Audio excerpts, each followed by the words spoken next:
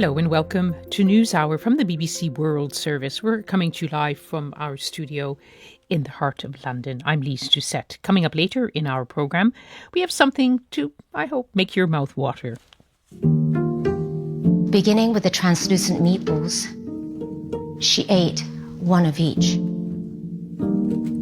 Then she went for round 2, and then round 3. That's later on NewsHour, but first we head to Moscow.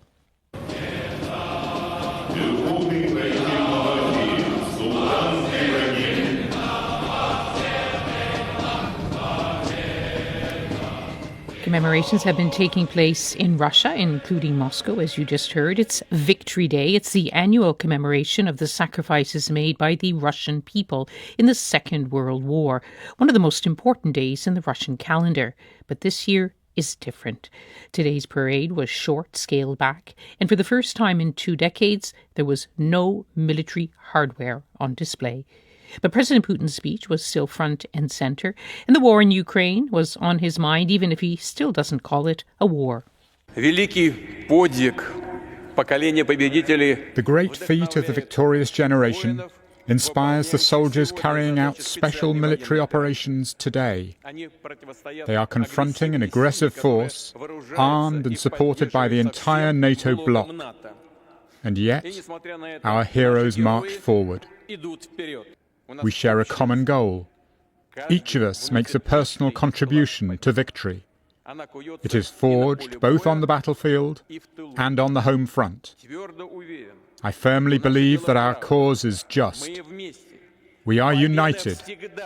Victory has always been and always will be ours. Hurrah!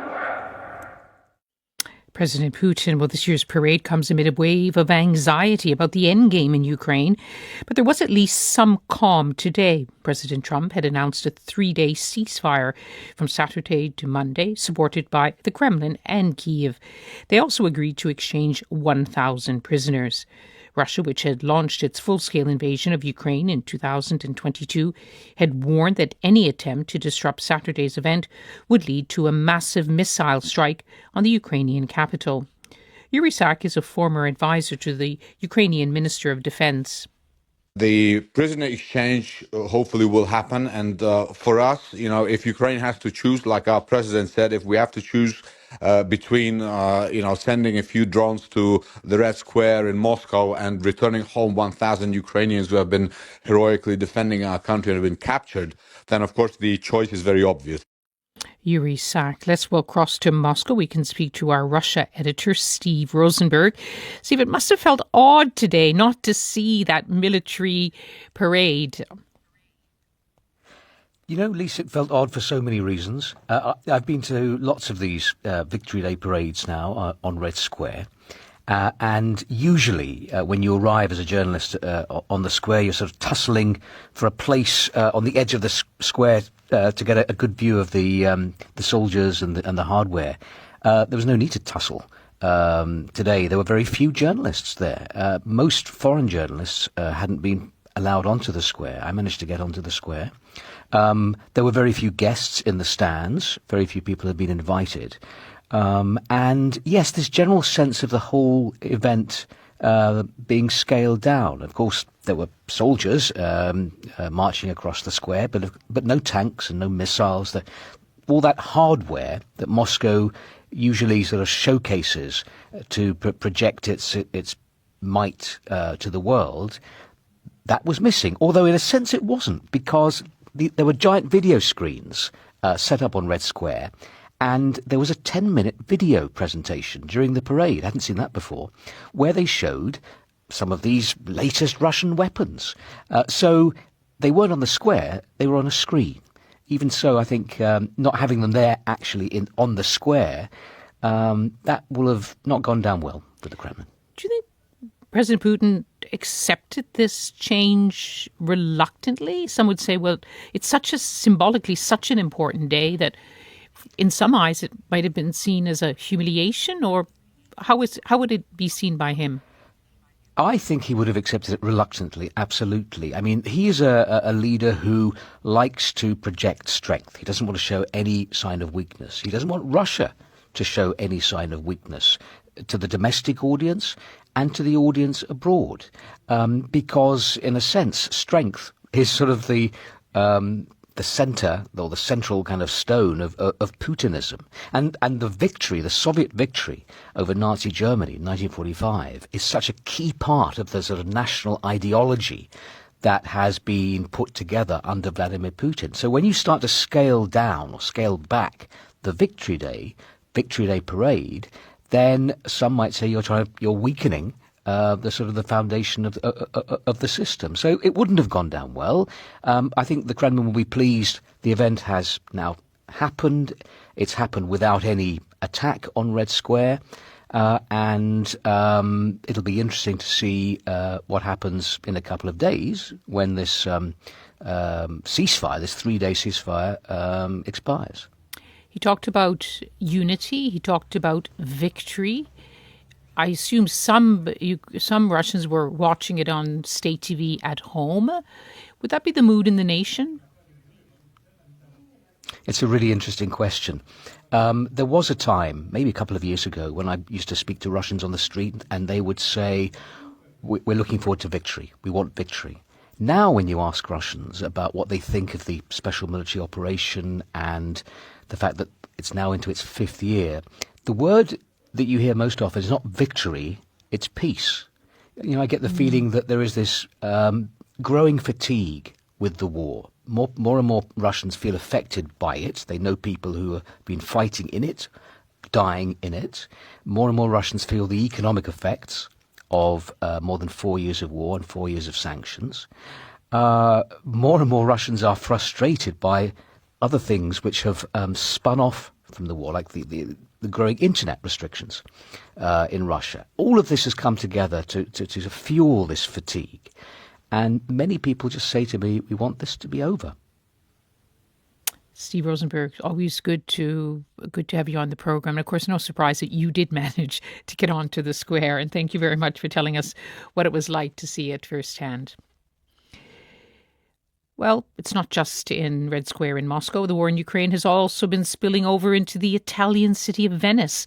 The world's largest contemporary art exhibition, the Biennale, is open to the public today. It takes place every 2 years in this storied city, and this year not just art but politics is on display too. Now, this exhibition has been the focus of protests before, but this year there have been many more. Last week, the entire international jury resigned in protest over the inclusion of work from Russia and Israel. No Russia here! No Russia here! No Russia here! That was a protest outside the Russian pavilion earlier this week. The pavilion was open for a preview, but it is closed to the public. But not the Ukrainian pavilion. We're joined by Ksenia Malik. She's the co-curator of that pavilion. She joins us from Venice. Ksenia, thank you very much for joining us. What is the mood like there today? Thank you. Today is the first day for when Biennial is working for public, and I just was at our location and I saw minimum 3 protests against Russian participation. They closed the pavilion, but they put the screens on the doors so people can see documentation of performances they had these preview days. What would you say is the theme of the pavilion this year for Ukraine? Paint a picture for us. The center of our project is a deer sculpture made of concrete, and we evacuated the sculpture from Pokrovsk, from the eastern part of Ukraine. And now the city is totally destroyed. It turned to battlefield, and the front line is going right through the city. And so we are somehow celebrating that we saved the sculpture, but every day we are losing our cultural heritage because of a Russian invasion. Ksenia Malik, I know you would know the losses sustained by Ukraine. What is the importance of art in a moment of such loss? Art, among everything else, is about thinking and about telling your story. And to be present at the biggest and most influential art platform is essential. And And that's why we brought here this huge 800 kilograms of a concrete sculpture of a deer there on the truck. So it's standing right on the entrance of Giardini della Biennale. Do you often have to argue this case to the authorities? Do they say, Ksenia, well, we appreciate art, but, our finances, we're really suffering. We need to send it to the front. Our economy is still suffering. What do you hear from when you want to get support from the government and as well as from the society? This time we have patrons, and this is Ukrainian business. The only one international patron that we have is UNESCO, but everything else, all funds are governmental or from Ukrainian business. And that shows that everybody values art in Ukraine as a way of speaking about our war and what's going on now. And you mentioned about the protests against Russia. Yeah. How much has this colored or for you animated the Biennale this year? Would you have preferred that Russia be barred altogether? No, of course, and I think it's not acceptable because this is normalization of war crimes. Because Russians and Russian team of Pavilion, they use the same rhetoric as Biennale Foundation, that art is beyond the politics. But Russians are using and instrumentalizing art as a weapon of their hybrid war with Europe. So it's super big hypocrisy here. Mm. And is the war now dominates, of course, life. I don't need to tell you that. And Ukrainian values and standing up for Ukraine. Have you seen that also being reflected in what artists are doing as well? You mean Ukrainian artists? Yes, or Ukrainian, other artists? yes. Yeah, of course. It's. I think it's very hard now to do something out of the context of war. Even if you're, painting cats, there will be cats during the war in Ukraine. So it's absolutely not avoidable.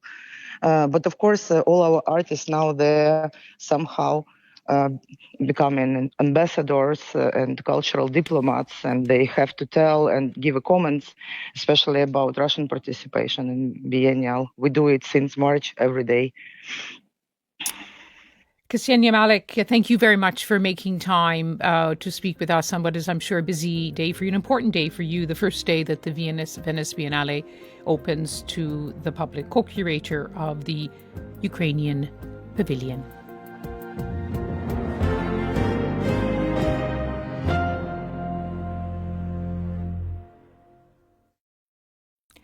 Coming up on NewsHour, in Bethlehem, the first Palestinian marathon for 2 years has taken place.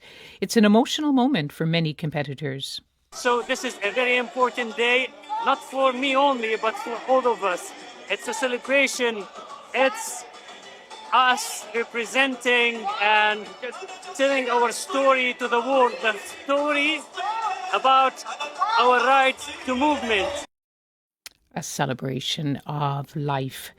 And just a reminder of the headlines this hour on the BBC World Service. President Putin has described Russia's war on Ukraine as just as the Victory Day parade went ahead under a ceasefire. The new parliament in Hungary is meeting. It's heralding a shift in direction under a new prime minister. And an aircraft in the US abandoned takeoff after the pilot reported hitting a pedestrian on the runway.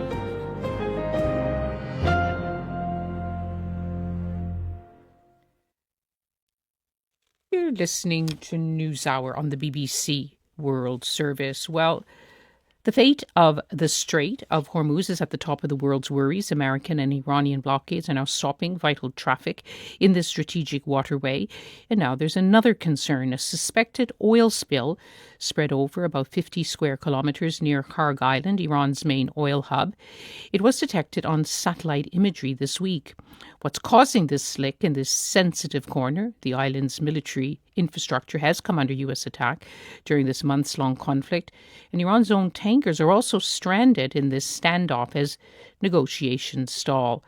Well, we can speak now with Doug Weir. He's the director of the Conflict and Environment Observatory, whose organisation has been tracking incidents of environmental harm caused by the fighting around the Persian Gulf. Welcome to NewsHour. Thanks for having me. What is your initial reaction for what you've seen on the satellite imagery? What do you think has caused this oil slick? Yeah, it's an interesting question. So the slick first became visible on publicly available satellite imagery on Wednesday, and that was via the European Space Agency's Sentinel sensor. One of those is optical imagery, so the things we would normally think about of satellite imagery, and one looks at radar, which is useful for oil spills because you can see if the water is flatter than it should be because of a spill. So that emerged on Wednesday, but we have no images in the days preceding that. So it's unclear at the moment exactly how the spill happened or which day it happened on. But we know by Wednesday it spread into this 40 square kilometre spill. So no sense, because some explanations had been offered that perhaps there's been damage to some of the oil infrastructure, the storage facilities, or perhaps some of the tankers, which are now laden with oil, have had leaks. Do you have any kind of theory about what might have happened? Yeah, I guess in these situations, we just can look at the general pattern of the spill. And it was interesting. It was quite broad. And there's another suggestion that it might be a spill from an undersea pipeline. There is a oil field to the west where there has been a history of spills reported from this undersea pipeline. So it's possible it came from that. There's also been ship-to-ship transfers of oil.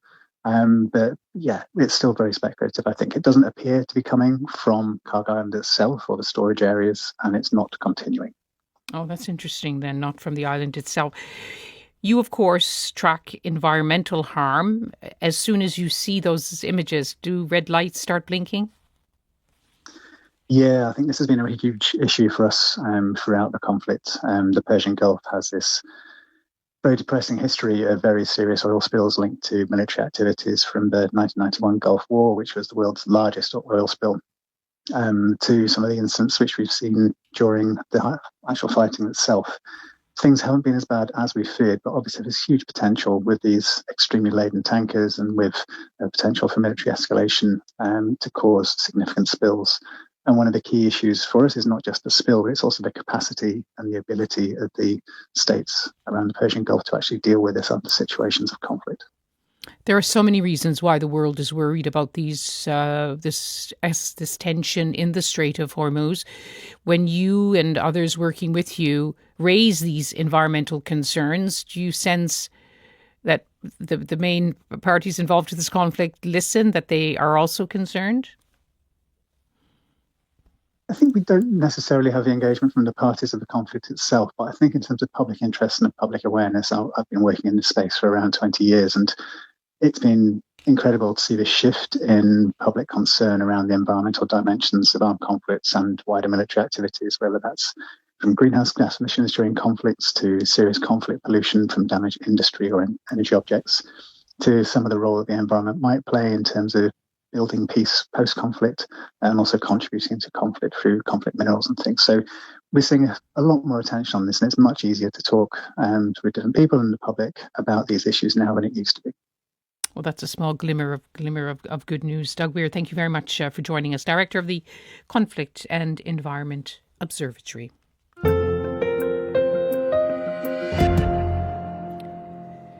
Well, reaching a century is a major cause for celebration for anyone, and the naturalist David Attenborough reached that milestone yesterday. He was honoured with a huge concert at London's Royal Albert Hall, even though he had said he'd like to spend the day quietly. No chance of that, not for someone who has inspired people around the world for decades with his enthusiasm and that very distinctive voice. Rattlesnakes. This is the western diamondback. No animal alive can excel these creatures when it comes to finding, stalking, and dispatching their victims. Sir David Attenborough. I'm in Iceland. This fantastic fountain of fire rising 200 feet or so into the air behind me is molten rock. He talks with his body. He doesn't just stand and present with a microphone. He's animated, he's interesting, he's engaging. And he's inspired scientists too. Sandesh Kadur is an Indian filmmaker and author whose films have featured on the BBC and National Geographic. He spoke to us this morning from Ladakh in the northernmost part of India. Oh, we've been having an amazing time filming snow leopards up here in the Himalaya. So we just had one that made a kill, and we were filming there for about 7 days. Like Sir David says, they are the ghost of the mountains. They really are. Growing up as a young boy in India, my father was fascinated by Sir David and watched every one of his documentaries. And I remember he brought home a VHS cassette, Life on Earth. I must have played that tape 100 times over, watching every little sequence. And it's just the way that he's able to bring you into the moment and you can feel it. Oh, lovely. Well, the concert last night at London's Royal Albert Hall featured music from some of his best-known programmes and a special message from King Charles. Our media and arts correspondent David Silito reports.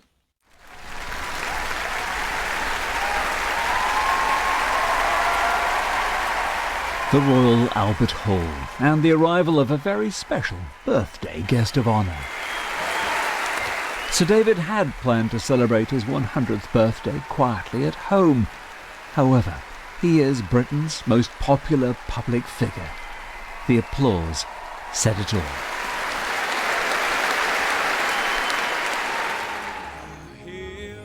The Albert Hall concert, a celebration of an extraordinary life, with the music of 72 years of filmmaking. But if you close your eyes, does it almost feel like nothing changed at all? Also, a chance for friends and colleagues to say thank you. Among them, one former 9-year-old visitor to David Attenborough's studio, and a letter conveyed in true Attenborough style. That 9-year-old is, of course, now a king. And on behalf of the whole nation, I wish you a very happy 100th birthday.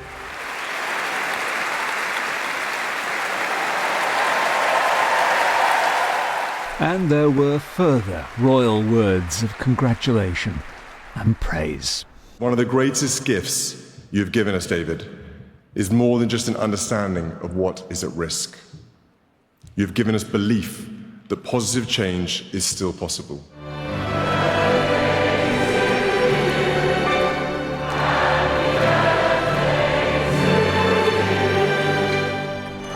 Sir David Attenborough, and a landmark moment in an extraordinary life.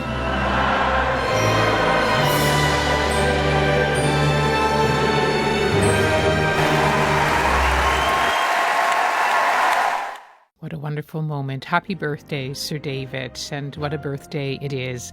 Stay with us, more news to come. You're listening to NewsHour. Well, thousands of people have taken part in the Palestine Marathon and Half Marathon, which returned to the West Bank city of Bethlehem after a 2-year pause because of restrictions linked to the Gaza war. The event took place alongside a 5-kilometre race in Gaza as a fragile ceasefire there continues to more or less hold. Weira Davis now reports from Bethlehem.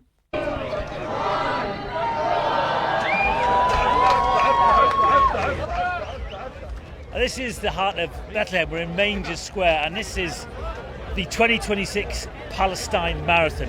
It's the first time they've been able to hold this event for 3 years because of travel restrictions because of the Gaza war. So there's a huge amount of excitement here.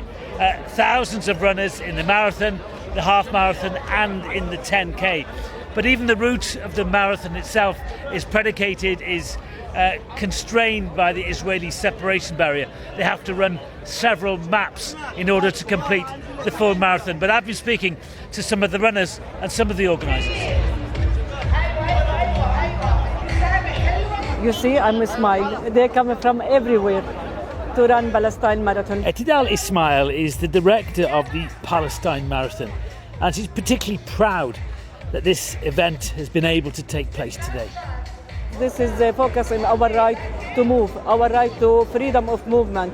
Other people, it's easy to move from city to another city to travel, but in Palestine, we haven't this right.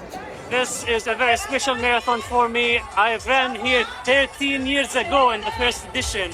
Ahmed Taher is the favourite male Palestinian runner in this race, and for him it's an emotional moment to be able to run on his own turf. So this is a very important day, not for me only, but for all of us. It's a celebration. It's us representing and telling our story to the world, the story about our right to movement. Vamos, vamos, vamos! In any marathon, they talk about hitting the wall, getting through the barrier. But in the Palestine marathon, it's not just a psychological wall, a psychological barrier. There's a physical wall as well, because the huge concrete Israeli separation barrier is very much part of this course. And here we are at the halfway point, runners coming around this sharp bend, and behind them, the huge concrete barrier that separates Palestine and Bethlehem from Israel.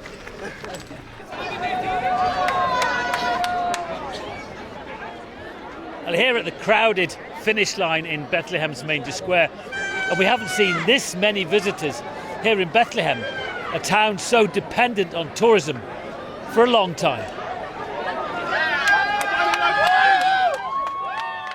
Our own BBC runner Weira Davis reporting from the West Bank city of Bethlehem as the runners return.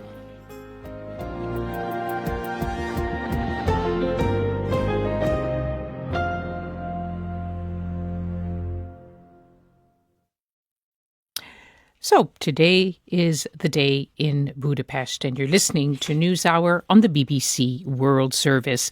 Today, Hungary's new leader, Péter Major, will be sworn in as Prime Minister. The conservative pro-European politician was elected by a landslide on a promise of regime change and a battle against corruption after he ended the nationalist Viktor Orban's 16 years in power. His TISA party won a two-thirds majority in the April 12 polls, and that enables him to change the constitution and push through those key reforms that he is promising. Well, let's go to the Hungarian capital now to join our BBC correspondent there, Nick Thorpe. Nick, the mood must be electric today in the Parliament and beyond. That's right, Lise. There's a lot of celebrations. The square outside Parliament is already full. We've already had several hours of the ceremony here in the Budapest Parliament building. The MPs sang the Hungarian national anthem. We've already had the Speaker, a new Speaker of Parliament elected, and various other parliamentary officials. Just very symbolically, the new Speaker of Parliament, obviously from the new TISA party, Agnes Forsthofer, she said that the European Union flag, so the blue flag with a circle of yellow stars on it, would be hoisted once again on the outside of the building. I'm still in the building, but I understand it is now flying. Under Fidesz, for the last 16 years, that flag was removed. It was the only EU country's parliament which didn't have the EU flag flying. Earlier, I spoke to Zoltán Tar. He will be the Minister of Social Relations and Culture in the new government, and I asked him to tell me what will be its most urgent tasks. The first priority is to set up the government, and this is actually quite a task. The previous government practically gave up on governing. There are many unsettled issues, as well as a lot of tension within the various institutions of the government, as well as there are quite a list of issues which have not been dealt with properly. That means that we are facing a huge deficit. We are preparing various legal steps in order to fulfill the requirements to unfreeze the EU funds. This is the most important thing because time is very pressing. And the second most important thing in conjunction with that actually is to recreate the rule of law mechanisms so that the state can start to function properly. The Orban government went on a spending spree. How bankrupt is Hungary today? The situation is devastating. We are afraid that there are many, at the moment, unseen obligations which we need to understand and accommodate. So we are ready to face with a very grim situation. But at the moment, we just don't know the severity of this economic situation. So that was Zoltan Tar, one of the ministers in the new Tissa government, speaking to me earlier. Obviously, the other big question looking forward, Lise, is what are Fidesz going to do now? They've been devastated. They've reduced their number of MPs from 135 just to a rump of 52 or so. And a big question, it will be, of course, the elephant in the room, or rather not in the room today, has been Viktor Orban himself. He's not even attending the session of Parliament today because he's chosen not to take up the seat he won on the party list. Just in the corridors of Parliament, just now, I spoke to Zsolt Németh. He's one of the founders of Fidesz, obviously with Viktor Orban back in 1988. He's been an MP ever since. I asked him to tell me what Viktor Orban is going to do now. He decided to make his final decision in a year time. And I think it is now the most important task for him to keep the unity of the party and start the confrontation with the conclusions and building up a new center-right, patriotic Fidesz. Do you think there will be prosecutions? Is there a mood of fear or apprehension within Fidesz that some people might be put on trial for and accused of corruption? I believe that those who have committed crime should stand before the law. And I think we shouldn't accuse anyone with corruption without any justification. Zsolt Németh of Fidesz speaking to me here in Parliament earlier this afternoon. Nick, how long do you think the honeymoon will last? That's a very good question. Polls are suggesting that while Tissa won 54% of the vote 4 weeks ago, they're now polling 70%. An astonishing number, really. So it is very much a honeymoon period, and this party outside on the street will certainly be, in a way, a continuation of the party or the celebrations on the 12th of April, but huge problems obviously facing the country. This lack of money, which Zoltan Tar was talking to me about earlier, there's an incredible drought here. It hasn't actually rained in Hungary since February. That's been a disaster for Hungarian agriculture, the spring planting right across the region. So many problems looming on the horizon here, but a lot of hope on the streets of Budapest today, and here inside the Parliament. The honeymoon is still very much taking place here. We just have about 25 seconds, he will then be on the world stage now that he's Prime Minister, and Brussels is waiting. Brussels is waiting.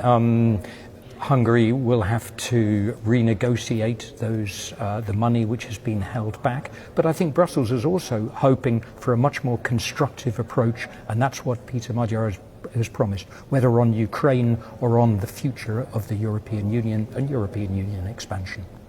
What an extraordinary story, and really good to have you covering it. Nick Thorpe, thank you for joining us from Budapest.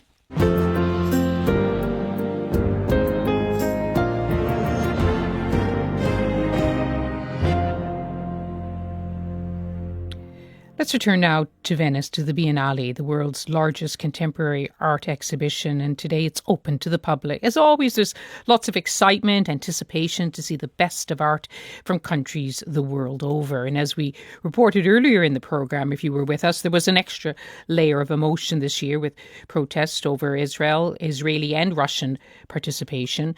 But there's also a very different feel around some of the pavilions, including Syria's, after the decades-long dictatorship of Bashar al-Assad was toppled in December of 2025. This year, one of Syria's most famous artists, Sarah Shama, has produced the Tower Tomb of Palmyra, the site of a significant cultural crossroads of the ancient world in Syria. On the line to Venice, I asked her to explain her artwork. This Palmyran tomb is very interesting to me. It's so important. I used to love it long time ago. If you went to the National Museum of Damascus, there is a tomb underground that they assemble it. It's been there for a long time. So I used to go there when I was young, when I was a student. I used to draw and paint there. So I wanted to create a tomb long time ago and to put my painting inspired by this tower tomb inside it. It represents life and death in one spot, past and future also in one spot inside this tomb. since our country is trying to get from the rebel, let's say, so I feel that we are witnessing a new country, the rebirth of Syria. I can feel it, and I believe that we are in this stage now. This tomb represents this kind of development of this country, let's say. After all this destruction that happens, not only the heritage destruction and the artifacts, also the destruction of the country itself, the destruction of the human being, the Syrian people themselves. Now it's time to reborn again. It's time for a new birth for Syria. That's why it's so important to me and so inspiring to me. And I wanted to create a whole immersive experience, bring smell to the tomb, bring sound also to the tomb, and architecture, because it is an architecture at the end, and light and painting. And for you, this is not just about art. This is not about mourning the past. You were quoted as saying it's about drawing strength from history, no matter how turbulent and marked by destruction as it was, particularly in the last years. But you talk about imagining the future. Yes, absolutely. And also Palmyra used to be a melting point for many civilizations and ethnicity and religion, and an example of coexistence, which needed now, not only in Syria, but everywhere. It's very needed, this kind of acceptance for the other. And of course, there's very much a lot of politics this year in the Biennale, with the boycotting by the Italian culture minister, the resignation of the judges over mainly because of the participation of Russia, but also criticism of Israel. Do you welcome that politicization of this leading art forum? What is your view on it? I don't agree with it at all, because I think imposing politics that much, we are underestimating the value of art. So this is a huge problem, because it is becoming a political festival, not an artistic festival. And also the artist, for example, who is representing a country, not necessarily is representing the government, he's representing country, he's representing the art in the country, he's representing the people, the feeling of the country. It's not representing a government. I don't think any artist is representing a government. It doesn't work like this. So I don't agree at all. I think art should be separated than politics. But is this infecting the buzz around the Biennale this year? Not just excitement about the art, but discussion of those who are for and those who are against, this politics, infusing it? What's it? Describe the buzz to us. Yes, it is affecting a lot the Biennale, because people are talking about, as you said, who against, who with, and who should visit this pavilion and who shouldn't visit this pavilion. So it's creating kind of war. And art itself is an act of peace. It's against war. It's the most peaceful act is the art itself. So I don't understand why it should be that much emerged with politics. It is unacceptable for me. And finally, what about the mood in Syria now? Is there a commitment now to both in the government, and you can feel it in people, those who are there, those who are coming back, that they want art and archaeology and culture to be part of the rebuilding of Syria? Of course, definitely. Not only through the government, also through the people themselves. And now there is a huge space of freedom, of accepting new initiative in this country. That's very important for us as a Syrian to grab this opportunity. And also there are plenty of Syrians who live abroad. They feel and they know that now they can make difference in their country, and they are capable of making this difference.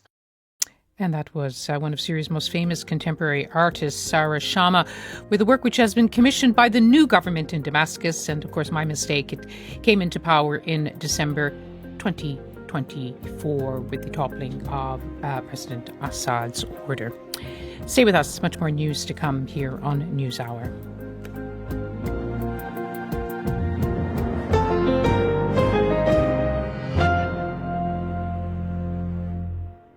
You're listening to NewsHour on the BBC World Service. Well, coming up in London in the next few weeks, the International Booker Prize. This is for the best book to be translated into English in the past year, and the almost $70,000 prize is shared equally between the writer and the translator. And in our best of our traditions, we've been speaking to all of those on the shortlist. Today's book takes all of us to Taiwan in the 1930s. Taiwan Travelogue is written by Shang Zhu and it was translated by Lin King. In short, it's a slow-burning love story between two women, a Japanese writer who sailed to Taiwan to write a series of travel pieces, and her Taiwanese guide. And as they explore the island together, there's hints of a romance developing between them, along with a passion for the food of Taiwan. Here's a little taster. Beginning with the translucent meatballs, she ate one of each. Then she went for round 2, and then round 3. She sipped some soup, ate some pickled vegetables, then went for round 4, then 5, then 6. My jaw dropped. Somehow maintaining both speed and grace, Chi-chan cleared her entire plate of meatballs. Well, the novel is full of light-hearted moments and romance, but it is set in a turbulent time. Taiwan was under Japanese colonial rule at the time, and it had been under Chinese rule before that. The Second Sino-Japanese War was in full swing, and World War II was around the corner. So the book meditates on the politics of translation, as well as an exploration of Taiwan's history and culture. So when my colleague Rebecca Kesby spoke to Shang Zhu and the translator Lin King, she began by asking why Shang Zhu had decided to set the novel in the 1930s. 长话短说的话就是 long story short, even though it's a period of time of roughly 100 years ago, for modern-day Taiwanese, it is actually quite distant, and therefore I want to share my point of view and talk more about a story of that time. There was about 70, 80 years that we couldn't talk about the Japanese rule time or learn more about what happened during the Japanese War. And therefore, I think we're at a good time point right now to talk about what happened during the Japanese rule. That's why I decided to use that time period for the main time and backbone of this story.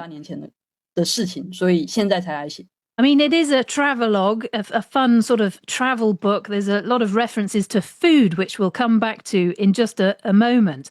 But it is set in this period, as you say, where Taiwanese culture seems to be under pressure from the Japanese rule, and then obviously Chinese influences as well.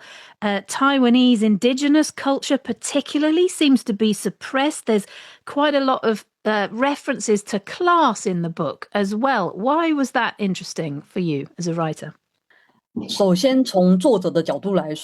From a writer point of view, because I come from a lower class, and therefore class as a topic has always been a focal point for my writing. And then another point I want to mention is that since we're talking about Japanese rule time, of course, we'll have to mention the colony or the colonized and the mainlander, the colonizer. These two different classes are essential to that time period. And it's a topic that we could not avoid. Lynn, let me come to you for a moment. The other element to this story is it is a bit of a brain teaser, isn't it? Because it's kind of set as a retranslation of a fictional original book. Then the translator in the book is a central character. The whole concept of translation seems really important between the different languages. And you are the translator of the book. How did all of that sit with you? Yeah, it was what drew me to the book initially. She chose to be a pretend translator in order to provide all this context around this story. For an actual translator looking at this is such a rare opportunity.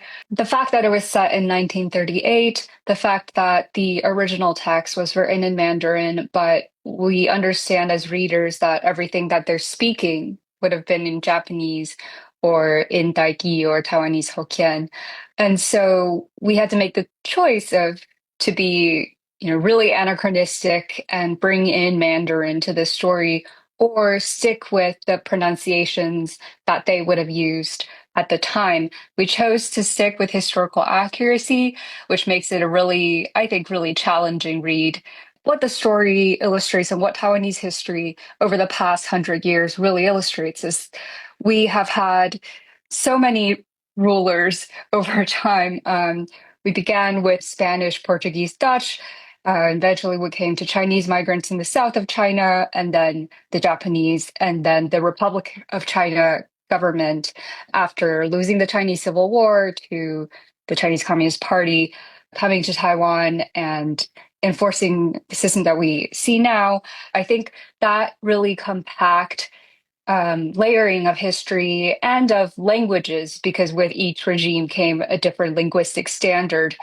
That really is something that we try to evoke through the text itself. And I'm amazed every day that readers continue to decipher this book and understand all those layers and still be able to appreciate the quite fun and romantic story that runs throughout. Shangzi, the food is absolutely central to this book, this sort of adventure into the different flavors of Taiwan. Why did you want to draw attention to that? And what is the significance of the food? It almost takes on a character of itself. So what I've been trying to convey in the story through food, as I mentioned before, is that I want Taiwanese readers or Taiwanese people nowadays to look back into that lost period of time where we haven't been able to discuss the lost history of either our grandparents or our parents.